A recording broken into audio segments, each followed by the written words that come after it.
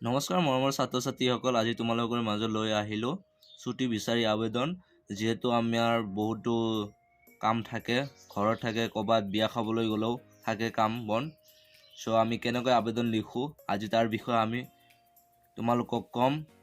আৰু ভিডিঅ'টো শেষলৈকে চাবা। ভিডিঅ'টো ভাল লাগিলে লাইক কমেণ্ট শ্বেয়াৰ কৰিবলৈ নাপাহৰিবা। তোমালোকে ভিডিঅ'বোৰ চোৱা কিন্তু ছাবস্ক্ৰাইব নকৰা। ছাবস্ক্ৰাইব কৰি দিবা, একো নহয়। এইটো ছাবস্ক্ৰাইব কৰি দিলে আমাৰ এটা মটিভেশ্যন পাওঁ আৰু ভিডিঅ' বনাবলৈ। তোমালোকে পৰাপক্ষত ছাবস্ক্ৰাইব কৰি দিবা।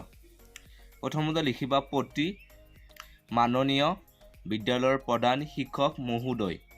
তাৰপিছত লিখিবা, যিহেতু আমাৰ শ্ৰেণীত ছাৰ থাকে, লগতে শ্ৰেণী শিক্ষকৰ জৰিয়তে তাৰিখটো দিবা।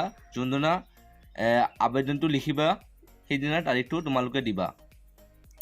বিষয় ছুটি মঞ্জুৰিৰ বাবে আবেদন। আমাৰ বিষয়টো এইটো হৈছে।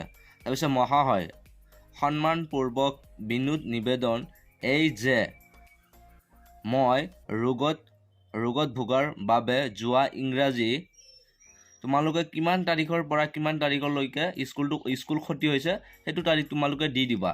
ইয়াতে মই তাৰিখটো লিখা নাই, অৱশ্যে তোমালোকে দিবা। তাৰিখৰ পৰা ইমান তাৰিখলৈ বিদ্যালয়ত উপস্থিত থাকিব পৰা নাছিলোঁ। কি হৈছিল? তাৰ ৰোগ হৈছিল, বেমাৰ হৈছিল, কিবা এটা বেমাৰ হৈছিল। তোমালোকে যিকোনো লিখিব পাৰা। গতিকে দয়ালু মহোদয়, অনুৰোধ জনাওঁ যে মহোদয়ে দয়া কৰি উক্ত দিনকেইটিৰ বাবে ছুটি মঞ্জুৰ কৰে যেন। এয়া মহোদয়ৰ ওচৰত সৰল প্ৰাৰ্থনা। এইখিনি লিখি দিবা। তাৰপিছত লিখিবা অভিভাৱকৰ চহী। ইয়াত তোমালোকৰ মাক দেউতাৰ চহীটো মাৰি দিবা। ইয়াতে লিখিবা তোমালোকৰ মা দেউতাৰ নাম।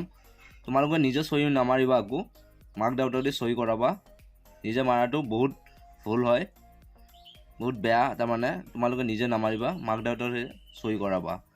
এটি আপোনাৰ একান্ত ছাত্ৰ ছাত্ৰী, যিহেতু ছাত্ৰ বা ছাত্ৰী হ'ব পাৰে, ইয়াতে দুটাই আছে।